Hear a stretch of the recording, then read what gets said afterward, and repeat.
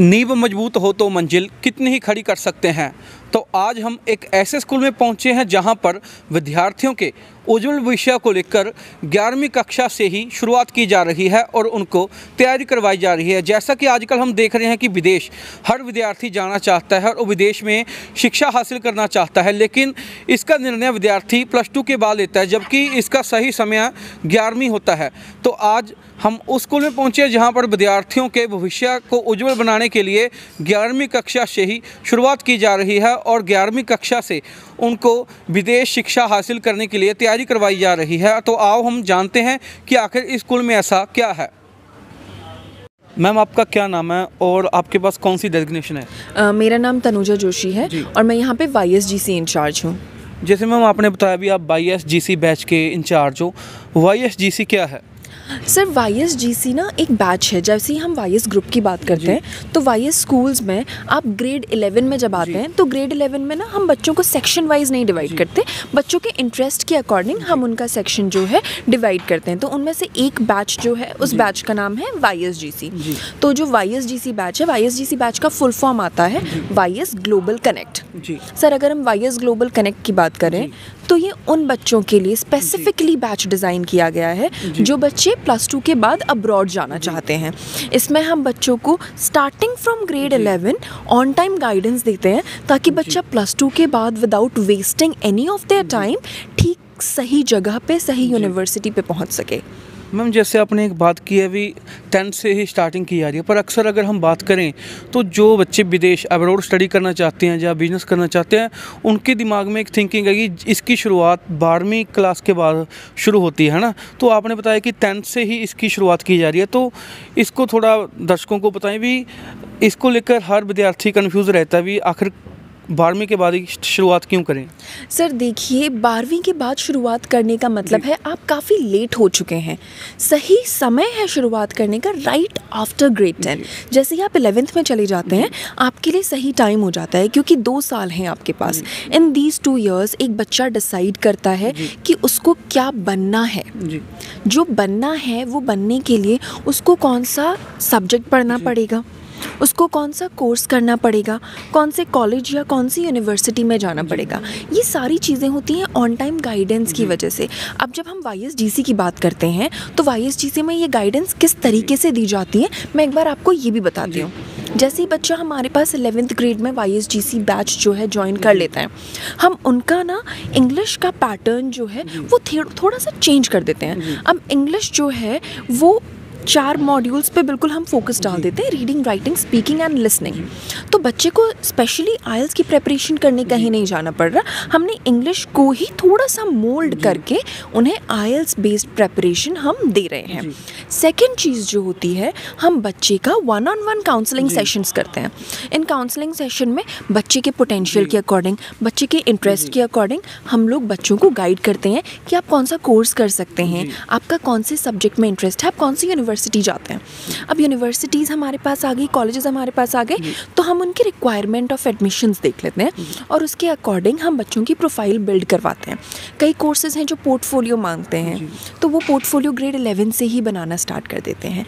कई कॉलेजेस हैं जो बोलते हैं कि हमें बच्चे की प्रोफाइल स्ट्रॉन्ग चाहिए, एकेडमिक्स के अलावा भी हम चाहते हैं कि बच्चा जो है एक्स्ट्रा करिकुलर्स में हो, कम्युनिटी सर्विस में हो। तो वो सारी चीज़ें हम फिर ग्रेड 11 से ही बच्चों को गाइड करना स्टार्ट कर देते हैं। That's how it happens। एक और चीज़ जो होती है कि काफ़ी जो हम देखते हैं यूनिवर्सिटीज़ और कॉलेजेस की फ़ीस बहुत हाई होती है, तो हम बच्चों को स्कॉलरशिप गाइडेंस भी देते हैं कि आप स्कॉलरशिप किस तरीके से अवेल कर सकते हैं in foreign universities, in foreign colleges. Ma'am, आपने बहुत ही इंपॉर्टेंट क्वेश्चन जो है टच किया स्कॉलरशिप का, क्योंकि बच्चे आजकल इंटरेस्ट दिखा रहे हैं, ट्रेंड चल रहा है अब्रॉड स्टडी का, अब्रॉड जाने का, तो वो सारा बर्डन है जो पेरेंट्स पे डल जाता है। आपने स्कॉलरशिप की बात की, मेरे हिसाब से बहुत से कम लोग होंगे, दर्शक होंगे, पेरेंट्स होंगे, स्टूडेंट्स होंगे जिनको स्कॉलरशिप का नहीं पता। तो इसको थोड़ा ब्रीफ करें ताकि पेरेंट्स पर बोझ कम पड़े और स्टूडेंट अपनी एलिजिबिलिटी के हिसाब से उस स्कॉलरशिप को अचीव करके वहाँ पर ईजिली स्टडी कर पाए।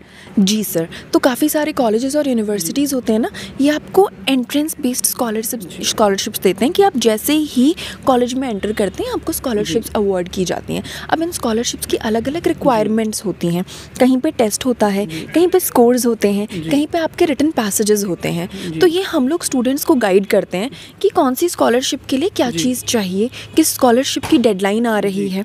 अब ये सारी चीज़ें स्कॉलरशिप गाइडेंस बच्चे को तभी मिलेगी ना जब वो 11th से स्टार्ट करेगा। 12th के बाद चला गया तो फिर तो बच्चा लेट हो गया। अब देखिए मैं आपको बताती हूँ, हमारा एक स्टूडेंट रिसेंटली 5000 कनेडियन डॉलर्स की स्कॉलरशिप लेकर के गया है। 5000 कनेडियन डॉलर्स सुनने में हमें छोटा अमाउंट लगता है, 3.5 लाख या 4.25 लाख इंडियन रुपीज़ बनते हैं। तो आप देखिए छोटा छोटा अमाउंट कितना बड़ा बर्डन कम कर देता है और बच्चों को जो है उनको भी काफ़ी कॉन्फिडेंट फील होता है। कॉलेजेस स्कॉलरशिप देते हैं, गवर्नमेंट स्कॉलरशिप देती हैं, कंपनी स्कॉलरशिप देती हैं।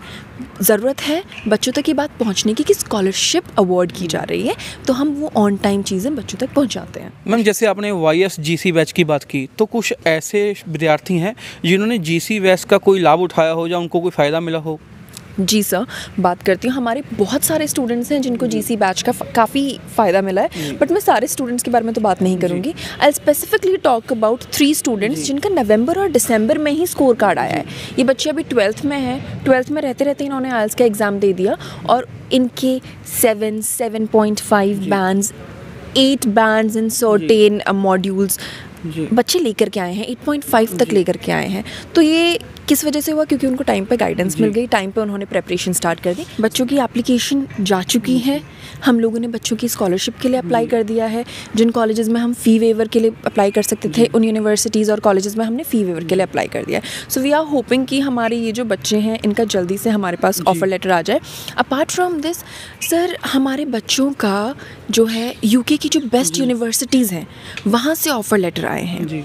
अब देखिए जिन यूनिवर्सिटीज़ के बारे में हम सोचते भी नहीं हैं, university of Warwick, university of Manchester, इनके बारे में हम सोचते भी नहीं हैं, हमारे बच्चों का वहाँ से ऑफ़र लेटर आया है क्योंकि उनको ऑन टाइम गाइडेंस मिली इसलिए। मैम जैसे अभी भी बहुत से विद्यार्थी हैं और उनके पेरेंट्स हैं जो अभी भी रूट नहीं क्लियर कर पा रहे। भी बच्चे ने अगर अब्रॉड जाना तो उसको 10वीं के बाद लगाएं या +2 के बाद। अभी भी एक ट्रेंड चल रहा है भी IELTS करना है तो 12वीं के बाद करना है। उन पेरेंट्स को, उन स्टूडेंट्स को और देख रहे दर्शकों को क्या मैसेज कन्वे करना चाहते हो? सबसे ज़्यादा ज़रूरी है कि अगर आपका बच्चा या फिर आप प्लान कर रहे हैं कि आपने 12th के बाद बाहर जाके पढ़ना है, right time to start is right after grade 10।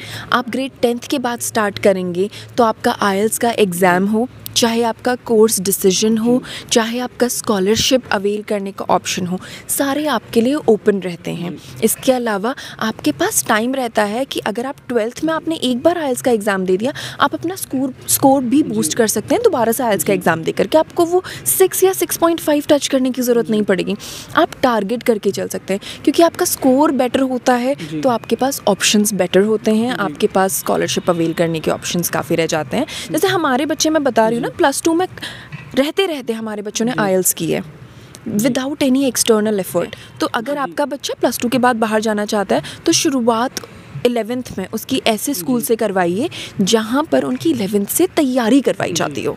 तो आज हमने YSGC बैच के इंचार्ज मैडम तनुजा से बात की, जिन्होंने बताया कि विद्यार्थी जीवन एक कोरा कागज़ होता है, अगर उसको शुरुआत से ही उसी हिसाब से लिखा जाए तो विद्यार्थी का जो आगे का सफ़र है वो आसान हो सकता है। क्योंकि आजकल ट्रेंड चल रहा है कि IELTS करना है तो 12वीं के बाद करना है, लेकिन आज हम YS ग्रुप में पहुंचे थे जहां पे IELTS पैटर्न पर 10वीं के बाद ही विद्यार्थी के स्टडी के ऊपर जोर दिया जा रहा है और विद्यार्थी IELTS को आसानी से कर पा रहा है और अपनी मंजिल को, जहां उसने जाना है, उसको आसानी से हासिल कर रहा है।